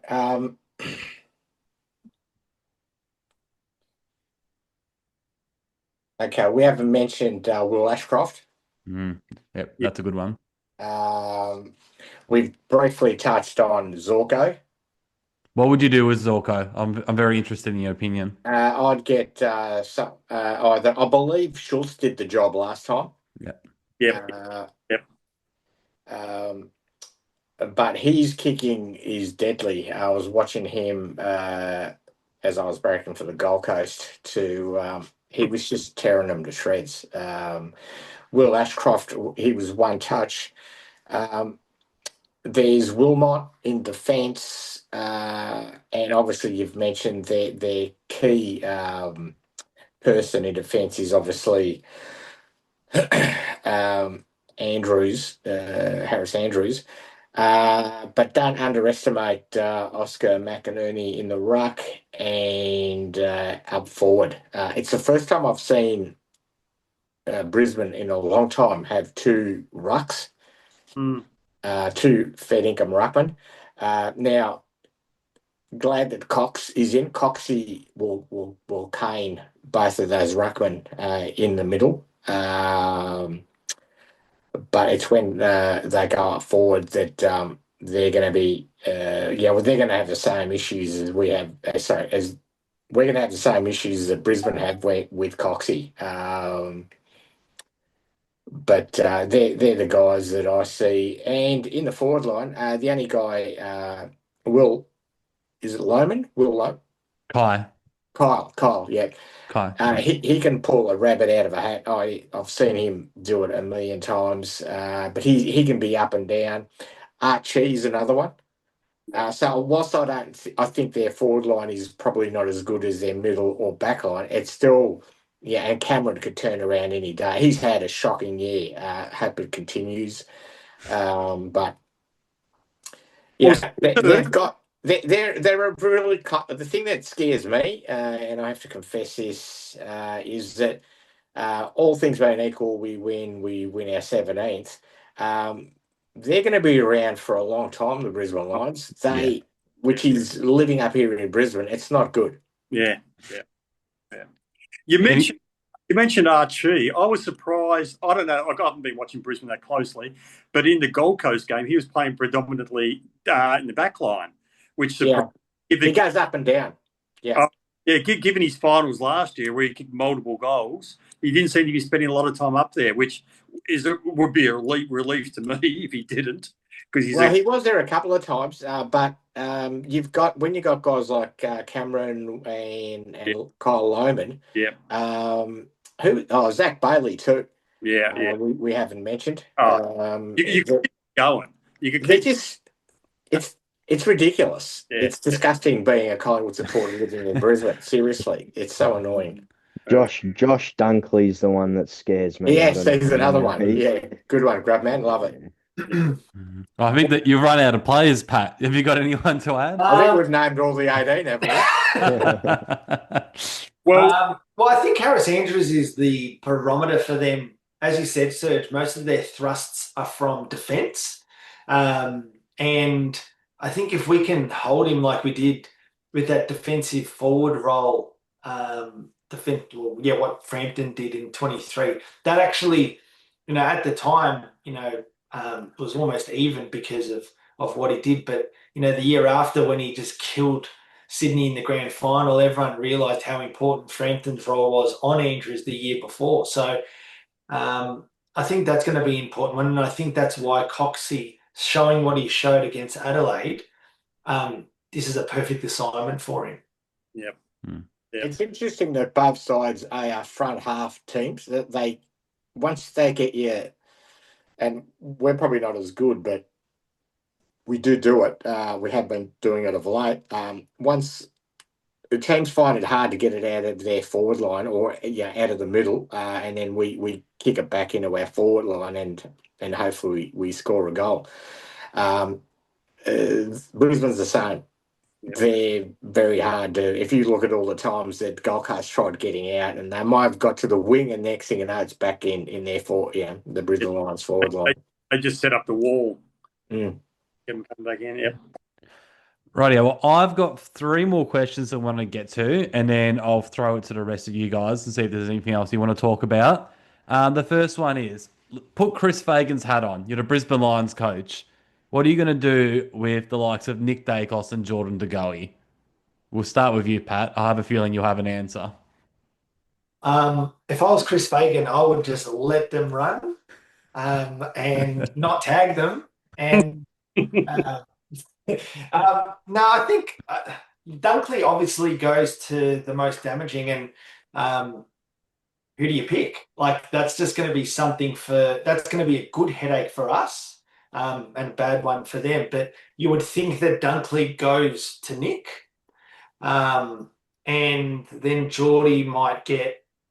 Geez, I just think that this is just tailor made for Geordie. His trajectory is just slowly coming up, and it's a tough one. Like, I think, Sorry. Historically, Josh Dunkley's gone to, I think, De Goey. He played on him in the grand final. And they don't seem. Nick's got a great record on Brisbane. They don't seem to go to him. Like, I think they tried to put Berry on him in the Easter Thursday match at the Gabbard. That didn't really work. But other than that, it's like they've just sort of given up on trying to go with him. But they do seem to put a bit of attention into De Goey. Well, he didn't do, like, I guess. We'll see what he does there. But Dunkley didn't do a good job in 23 when he didn't. So maybe that's why he's probably not going to go to him again. But but he didn't do a good job on Matt Rao earlier in the season, and then he took that very personally, and He got like 400 tackles or something. yeah. Some crazy number. But no, I think it'll be a good matchup. And I'm just so pleased that Geordie is at the stage he's at right now. So it's obviously building up to be a great game, and I mean, nightmares for them. that's the question that every bloody coach in the AFL is scratching their head and thinking about is like, and it's been all year. It's just like, what do we do with Nick Dacos? Is there a question? People tag him. Sometimes it works. Sometimes it doesn't work at all. You never know. What do you reckon, Mick? I reckon that Dunkley will go to Goey. I think Nick's a bit too fleet of foot for Anyone. I reckon that they might with Nick. It might be kind of a team defence, a basic team defence, and they'll probably just monitor how much impact it's having on the scoreboard. If the scoreboard's not getting out of control, they might just run with the team defence. But if Nick's dominating to the point where the scoreboard's getting out of control, then they will have to look at some kind of a lockdown on him or a harder tag. But I think initially Dunkley will go to Goey, and they'll just have a bit of a team defence on Nick and see how that goes. Serge is looking very busy over there. What's your opinion? I'm with Michael. He's Dunkley will go on to Goey. And they'll probably rotate Berry, and I'm just trying to look to see what other players they've got to take care of Dacos. But their system they'll back their system. Yeah. Right, because they'll go, as long as we've got the ball and you haven't. So it starts from the middle. And that's where they tore us a new one in that game at the MCG. And that's where they beat. You look at the guys that they had against the Gold Coast. You got guys like Rao and Noah Anderson. They killed them. Now, they still had some decent stats, but their stoppages and centre clearances, they just dominate. We can't afford. We have to at least break even, or just. Just slightly under. They're frightening. They don't really. If I was Fagan, I'd just be going, boys, just do what you do.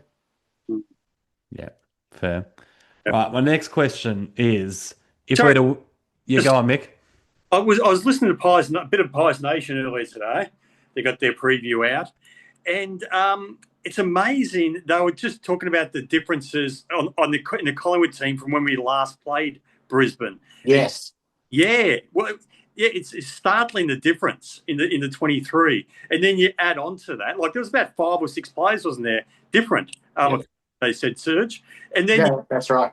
And then you add on to that De Goey was a very different stage back then than he is now. I think he was subbed off that game. Yep. So a vastly different side than we were when they beat us, 6 weeks ago, whenever it was. So, that gives me a bit more confidence. On paper, we look a lot better. Will Hoskinelli was running around there. Lachie Neale played that game as well. Yeah, he did, and he played well. So yeah. Dermot gave me an opening there of Will Hoskinelli, but I'm not going to take it. Better than that. I'm better than that. I'm looking for a new whipping boy. Any suggestions, let me know. Yeah, got anyone, Serge? Huh? Lipinski. He's your favourite player. You can't turn on Lipper. It's going to be tough to go from the favourite to a whipping boy. Well, that just means he's multi-talented. You can have him as your whipping boy and your favourite player. Well, that's how I feel with Darcy Moore. Yeah. Darcy Moore would be the perfect whipping boy, wouldn't he? Because he's great one week, terrible the next year. Right, so my next question is, if we are to win and go through to a grand final, who is the key? Who is the key for us? Who needs to play a big game? And I'll say other than Nick Dacos and Jordan De Goey, because we just spoke about them. We'll start with you, Grub. In order to get us into a grand final, I want to see Darcy Moore play. I think Darcy Moore needs to play another big game because the amount of goals he saved Adelaide from scoring last week just by taking those marks is a lot. And I think our forwards really need to stand up. I think this whole thing of these constant behinds, we can't have another game where we're getting, 70 inside 50s, but only getting eight goals or something. That's not going to do the trick with Brisbane. I think we really need to be scoring goals and being efficient when we get the ball inside 50. So I think it's a combination of a few of our forwards, and we just need a couple to really stand up and not be, having eyesight problems or something and the ball's drifting off into the two little sticks. I don't want to see that happen, and I want to see bloody eyes on the two big ones, smack bang through. And yeah, Darcy Moore, some big intercept marks. He stops those Brisbane forwards. Scoreboard pressure is what you're saying. You want scoreboard pressure. Scoreboard pressure. Yep. Precisely, Michael. That's why you're the wise one. Oh God, Mick, what do you reckon? I agree. It's No, you have to pick someone different. No. Darcy Moore's the obvious one because I think of all our good players, he's the one with the biggest difference between his best and his worst, isn't he? Yeah. If he can bring his best, it's going to go a long way to us winning. Counterbalance that with he brings his worst, which we've seen, that could be very damaging for us. So Yeah. he's the one, I reckon. What about you, Pat? Do you have anyone different? I've got Darcy Cameron. Yeah. Yeah. Nice. So Darcy Cameron and then obviously Coxie, because I think, as even Michael touched on before, Darcy Cameron and Coxie are, in my opinion as well, a superior ruckman to Ford and McInerney. So it will be one in the centre, and it'll be just our midfield doing what they can to get it up forward. So I think if Darcy Cameron and Coxie can have a big night and get it in our hands, we'll be dictating a lot of the game. Yeah. Agree. All right, Serge, what do you got for us? I'll get the dregs. I was going to say Coxie and Darcy Cameron, but okay, thank you, gents. Agree with. Look, it's going to be obviously a team effort. I've said it 100 times. It's going to be one in the middle, and excluding Dacos and DeGoey, that means Side Bottom and Crisp need to bring their A game as well as, and Pendles just plays normal Pendles game, the quarterback. And I'll also throw in, for God's sake, Houston, you need to pay us back. Yeah. It's about fucking time, isn't it? Jesus. Yeah. God. I can't believe we nearly went a whole pod without talking. It's got to be a team effort because you need the forwards to do what they do. To the Grubman's point, that we need to kick goals, right? So Ali can do it. Yeah, Schultz. He needs to kick straight. McCreary. Fuck me. Come on, Hill. Put him in. But Houston's an interesting because normally when great players are out of form, they're really ordinary. Houston's just been bog average for the whole year. He's just been an average football. He gets his 15, 16, 17, 18 possessions. This guy's meant to be a star. When's he going to click? Like, he hasn't been injured. He's had I'm just been mystified with his form. Well, Michael, there's your waiting for. Who do you think's had a better first year, Schultz or Houston? What's that? Houston. Who do you think had a better first year so far, Houston or Schultz? Schultz. I reckon Schultz. I was quite happy with Schultz's first year. For a guy, I think he was, it was unfair on him, the criticism he got. He kicked mid-20 goals. He got 80, 90 tackles for the year, thereabouts. I thought he was pretty solid. I was hoping for a bit better, but I thought he had a fairly solid first year. I know I'm in the minority, but... Yeah, I disagree. I reckon Houston has had the better year compared to Schultz in 24. Not that Houston's done anything special. He's just been, as Michael said, average. He hasn't been shocking. He's just been average. Schultz, his stats were okay last year. In fact, in some categories, I think his stats were actually better last year than this year. But the eye test, he cost us some big moments in some crucial games, especially late in the season. And Houston hasn't exactly done that. Yeah, he's had a few bad moments in terms of giving up dumb frees, deep in defense, and giving up silly 50s. But I just think Schultz had more costly moments in his first year. And like I just said, like his stats, I think he kicked quite a lot more goals last year than he has this year. But the eye test says he's been an absolute star for us this year, like he should. So to give me his 25 season over his 24 season any day of the week, stats do lie sometimes. Yeah. Yeah, no doubt he's been a lot better this year, but I think he kind of just, I don't know, I just think he tried more than Houston last year. Like, I still think he was like, I think he was putting in the effort. Like, I don't know, I just feel like most games I don't even see him. Like, I mean, that first game against Port, Mm. Houston was incredible. He Houston, was, yeah. and I was like, this is what we needed. This is it.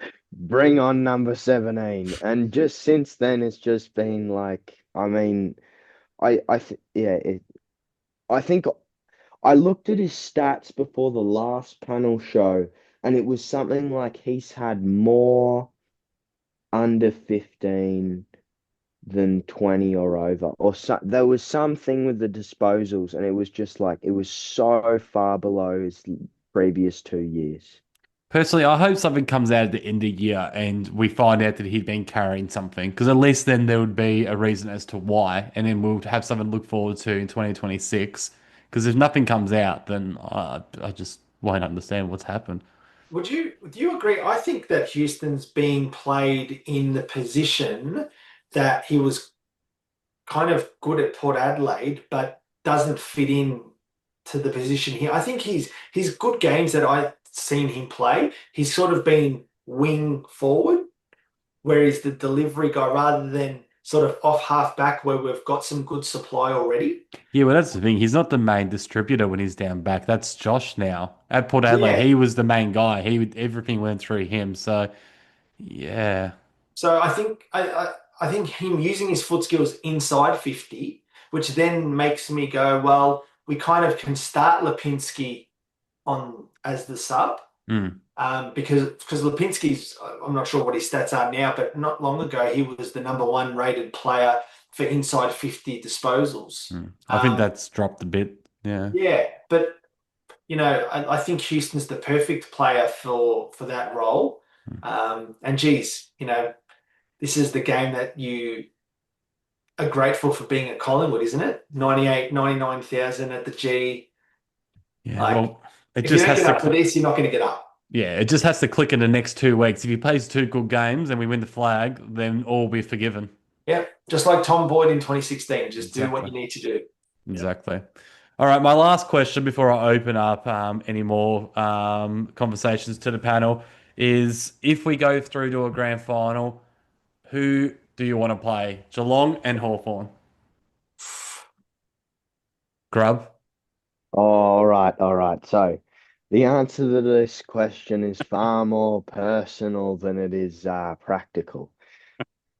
So I got my best mates right. There's Baboon. He's one of us. He's a good man. He's a good individual. But unfortunately, I've got two friends who are a little, and something's a bit wrong up there because they go for the Hawks, right?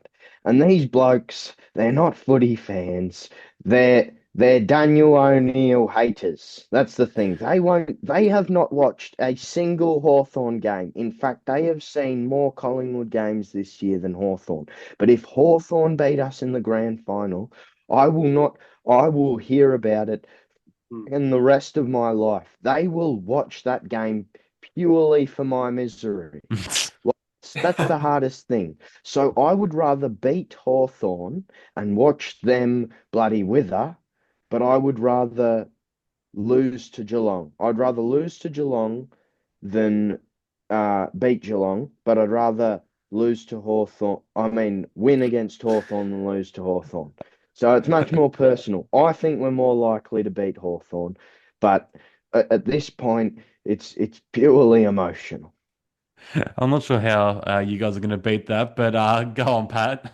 Um, Geez, it'd be nice to avenge 2011.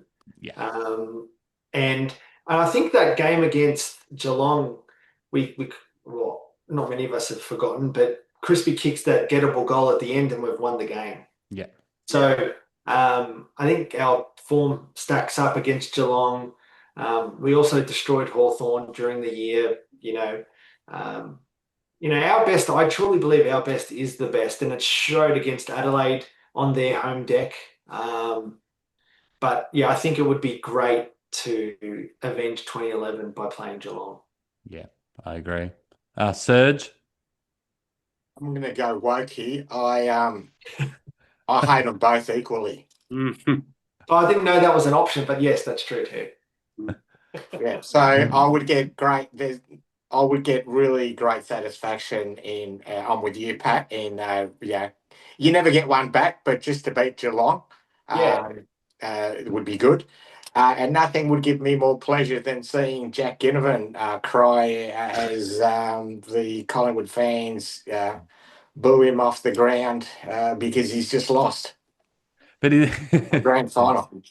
is there one? Is there one team though out of Geelong or Hawthorn that you're probably less confident in playing in terms of us winning the game? Probably Hawthorn seemed to be our bogey. I don't know why. I just do not know why. Seriously, I can't. I don't think they're that flash, right? I don't know why they've got the wood over us. It's inexplicable. If someone can explain that to me, it'd be great. But they seem, yeah. I'm with Pat. Geelong, even though they've had some good games against us, I'm always confident we can beat them. But I'll never get that with Hawthorn. Yeah. Yeah. Our record in finals against Hawthorn's pretty good though, of late, isn't it? I think 2011. Well, 2011, yeah. That was a good prelim as well. Yeah, that was prelims, yeah, but every other game they've came. Yeah. I'm surprised. I can't believe none of us talked about that prelim at the start of the episode. How that Oh just my slipped God. my mind. Yeah. Buddy Franklin kicking that goal on the outside. I think there was like a little bit of vomit in my mouth that night. Oh, yeah. Just Well, like, only God, we're because gonna lose. only because of what happened the next week. Oh, Mm. That was the best chance we had of being a dynasty. Yeah. Yeah. hubris. Mm. All right, Mick. Who would you rather play, Geelong or Hawthorn? Well, it's kind of, as I said in the podcast the other day, it's like pick your poison.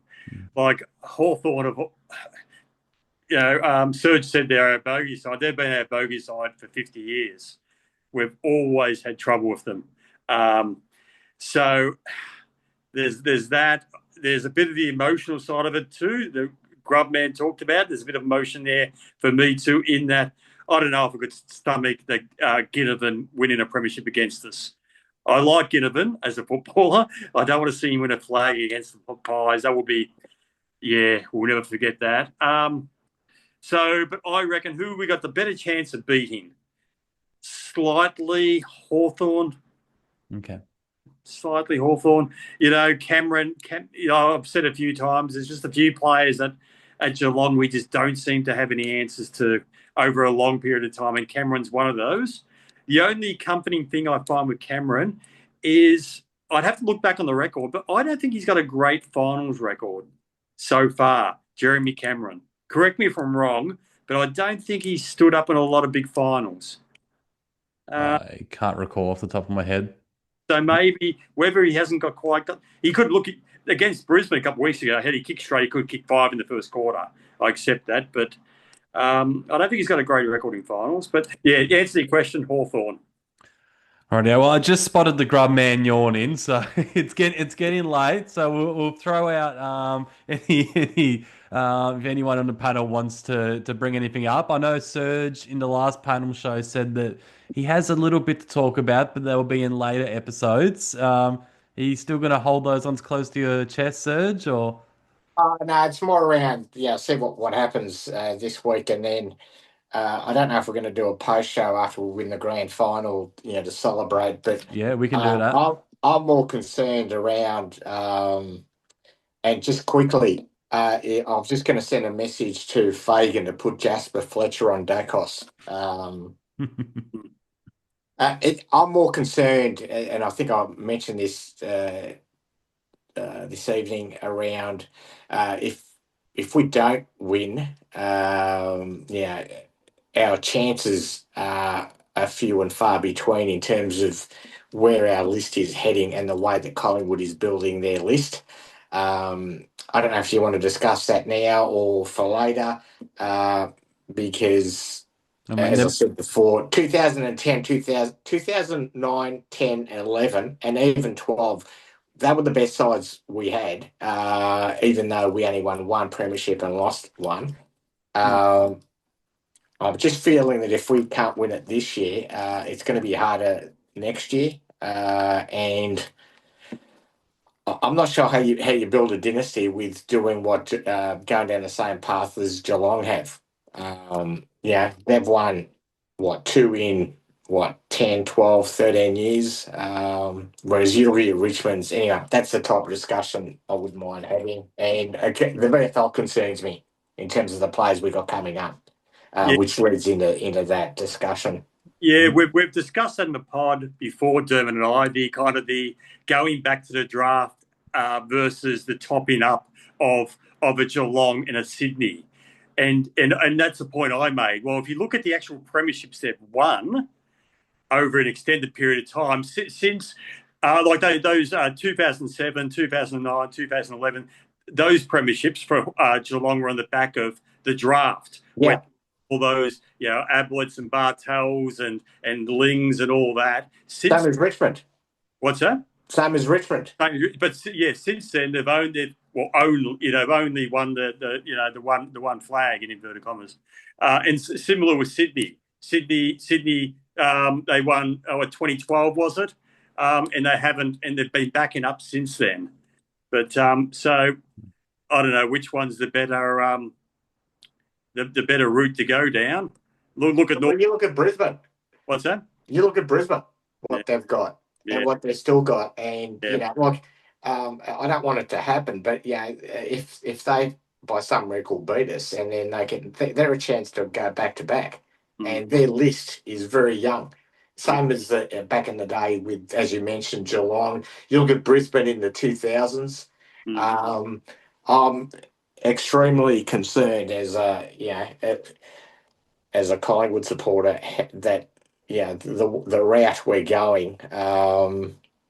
I don't know, and we don't seem to be a destination club. For some, yes, but not. Yeah, we don't. Isn't that crazy that we're not a destination club? I've never understood that. Like all these guys, like Zach Merritt wants to go to Hawthorn. How many guys want to go to Brisbane? I just don't understand why they don't want to come to us. Well, Petrarca wants to come to us. He just can't get to us. Yeah. Yeah, but would you want Petrarca after the some of the information we got? Yeah, I don't think we're allowed to mention that. Yeah. It would come down to the deal. It would have to be a favourable deal, wouldn't it? Yeah. What about Pat and the Grubman? What do you guys think? You can go, Grub. Oh, I'm sorry, my AirPod just disconnected, so I've been bloody searching for it for the past 45 seconds. My audio only just connected to the laptop. I didn't hear you. I'm sorry. There, I'll go on, Pat. What was the question again? No, I think it's getting into that bloody time. mess. Maybe we just do it for another day. Yeah, well, that's probably maybe the last part of the year. No, I think the post-game Serge after the grand final, we can do a deep dive into what lies for our dynasty. That'll be because I'm concerned about what we've got in the VFL, our current list, the guys that we're going try and recruit. All that'll be erased if we win the flag, right? But for sure, then you got next year, the year after. You can't have Pendles and Sidey going every year. They're going to retire at some point. And how do you do that?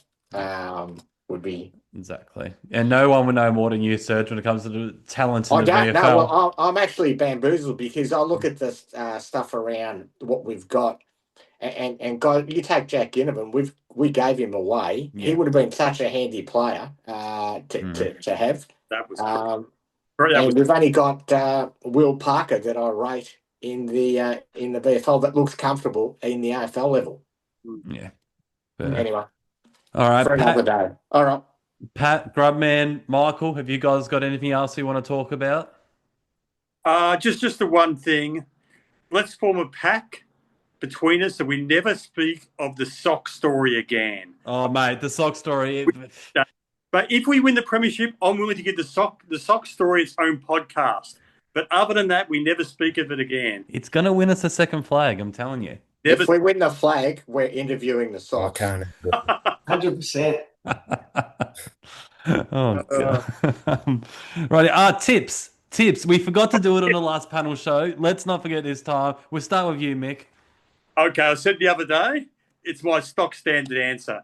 Pies by 17, because 17 is the most common winning margin, apparently, in the AFL footy, 17 points.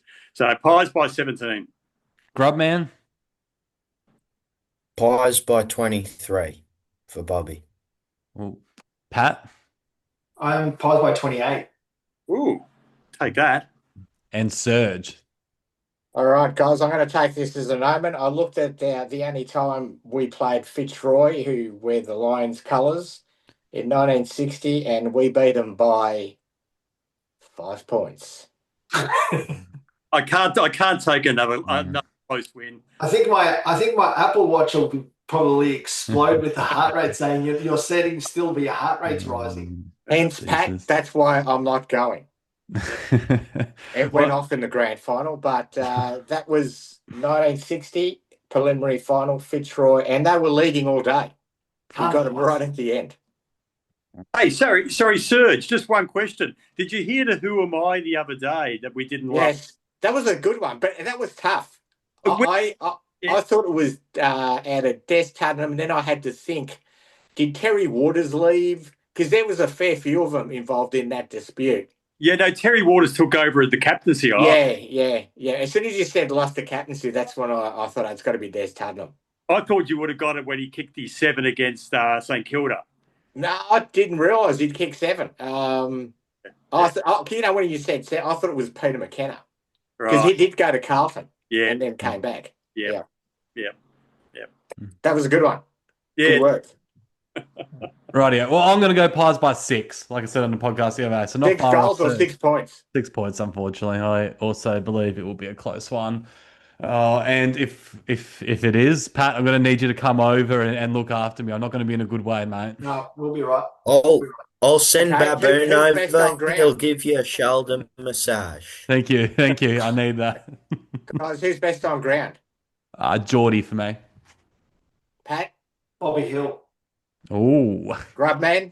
Oh, fuck. I was going to say Bobby. Oh, Darcy. Michael? Again. Left field, I'm going to go Nick Dacos. Yeah. I'm going to go Houston. Oh. Yeah, that is left field. Oh, hopefully. Load up on Houston for the Norm Smith, I reckon. He would be paying a fair bit at the moment. Yeah, he'd be 1,000,000 to 1, wouldn't he? Yeah. Rightio, guys. Well, we're going to wrap this one up. If we win, we will be back next week for a grand final panel show. Serge will be back, and I'm pretty sure Paige and Andreas have committed to coming on for that one. If we do win the flag, I would love to do another one of these and get every single one of you guys on. You three, Oscar, Paige, and Andreas. I'm not sure if my internet's going to be able to handle that, but we'll give it a go. Can we do it live from the MCG? Because I won't be leaving that ground. we could do that. That'd be good. But if that isn't the case, then thank you to all three of you guys for joining us. Not only tonight, it's been another great show, but over the last couple of months, it's been great. And thank you all for listening. Mick and I will be back on Sunday afternoon. Hopefully my Airbnb where I'll be recording from, the internet will be good there. We don't want a dodgy Wi-Fi for such an important episode, and hopefully it's a happy episode. Hopefully we're talking about a preliminary final win and a potential grand final. Yes, we're now 2 wins away from our 17th flag. Thanks for listening. Go Pies. Go the Woods. Go the Go Woods. Woods.